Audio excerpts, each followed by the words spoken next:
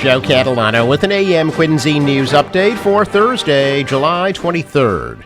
Well, a Massachusetts State Police trooper accused of pummeling a colleague in a viral surveillance video from a Quincy bar will learn whether he's facing criminal charges in a public court hearing next month.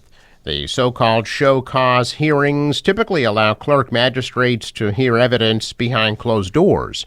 Only if a clerk determines there's probable cause for charges does a case then become public. Otherwise, it essentially disappears from the court record. However, the acting clerk magistrate in Quincy District Court decided that Trooper Christopher Regan's hearing will be conducted in public after receiving several media requests. The hearing will be conducted on August 27th in Quincy District Court. The video shows a man punching another patron at the Real House at Marina Bay. The blow appears to knock the victim off a bar stool. After relieving Regan of duty, State Police said the agency's Office of Professional Integrity and Accountability is investigating the incident involving the two off-duty troopers, which it described as serious and inconsistent with the standards required of every member of the department. Following a duty status hearing, Regan has been suspended with pay since July 2nd. Regan and his fellow trooper were also reassigned from their detective posts in the Suffolk County DA's office to the Division of Field Services. A Quincy teenager has been reported missing. 14-year-old Brielle Dunham was last seen on Saturday and did not return home as expected at 9 p.m. In a social media post, Quincy police say Dunham is described as being 5'4", 130 pounds, with brown eyes and black hair.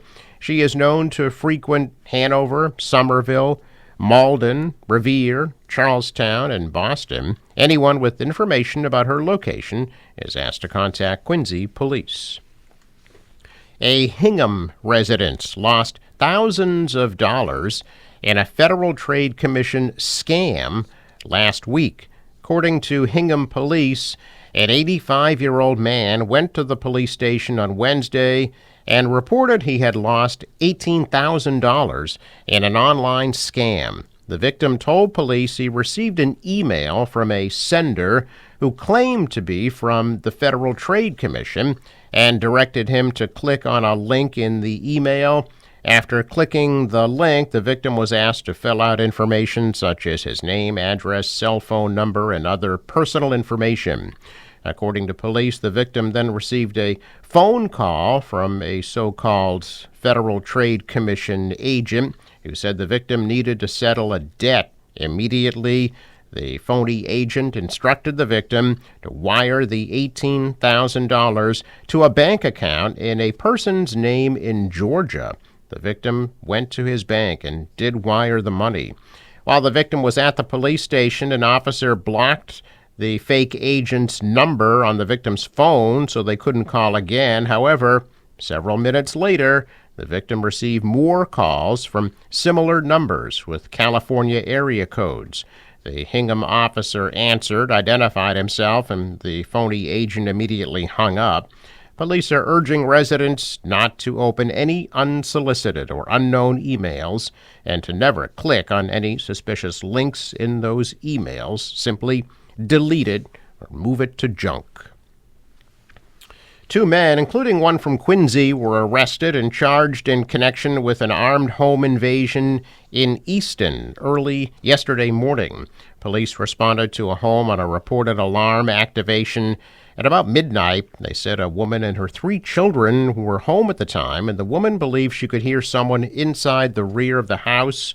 2 officers chased one suspect down. He was apprehended in the home's backyard. The second suspect was located in nearby woods. A short time later, with help from a state police canine, Easton police said that second suspect had a loaded Glock firearm containing a 30-round high-capacity magazine.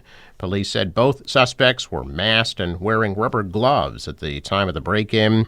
2 suspects arrested have been identified as 25-year-old Ernst Lacrete of Quincy and 25-year-old LeVar Benson of Dorchester. Lacrete and Benson are both charged with home invasion, carrying a firearm without a license, possessing a large-capacity firearm, and carrying a loaded firearm without a valid license. Lacrete and Benson were arraigned in Taunton District Court yesterday and pleaded not guilty to the charges. They're both being held without bail and are due back in court next week for a dangerousness hearing. One additional juror is being sought for the trial of Lindsay Clancy, the Duxbury mother accused of strangling her 3 children in 2023. 17 were selected for impanelment before the court's lunch break yesterday. Clancy filed a motion yesterday asking the judge to limit the number of firefighters, EMTs, and police officers from Duxbury, Marshfield, and Pembroke who can testify. Her defense listed several witnesses who were at the Clancy home and treated Clancy and her children and testified before the grand jury.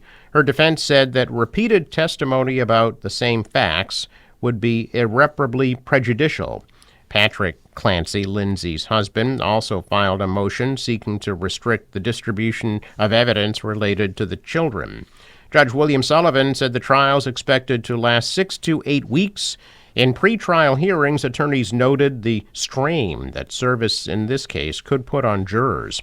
The defense is expected to argue Clancy lacks criminal responsibility because she suffered from postpartum depression and was over-medicated. That line of defense is a factor in the jury selection process. Prospective jurors are being asked to complete a questionnaire and review a witness list to ensure they don't have any connection to anyone who could testify. That questionnaire included questions about whether prospective jurors could remain impartial when considering the charges, whether they have any close relation to someone with mental health or postpartum issues, and whether they are open-minded about the insanity defense. Well, signs are posted warning people to swim at their own risk at 3 Quincy beaches due to dirty water. Quincy Health Department says tests taken earlier this week indicate unsafe levels of bacteria in the water at Mound Street, Marymount, and Nickerson beaches. The tests were taken Tuesday and then retaken yesterday. Water at 10 other city beaches and all of Wollaston Beach tested safe for swimming this week. The weekly beach water testing program runs through Labor Day. Check of business news, and stocks are down. The Dow dropped 6 points, the Nasdaq fell 146, and the S&P lost 10. Asian stocks were mostly higher, while the intensifying war with Iran pushed oil past $96 a barrel. The euro was also higher. In sports, the Red Sox lose to the Orioles last night, 5-1, ending their 15-game winning streak. They will take on the Blue Jays at Fenway Park tomorrow night at 7:15. The National Weather Service forecast for today, lots of sunshine, high of 80 degrees. For tonight, clear, low of 60. Tomorrow, sunny, high of 84. Same thing on Saturday and Sunday. Monday looks nice right now as well. For the boater, waves about a foot, northwest winds at 5 to 10 knots, become easterly later today. High tide 7:20 a.m. and 7:39 p.m. Sunrise 5:28, sets at 8:12. I'm Joe Catalano with an AM Quincy news update for Thursday, July 23rd.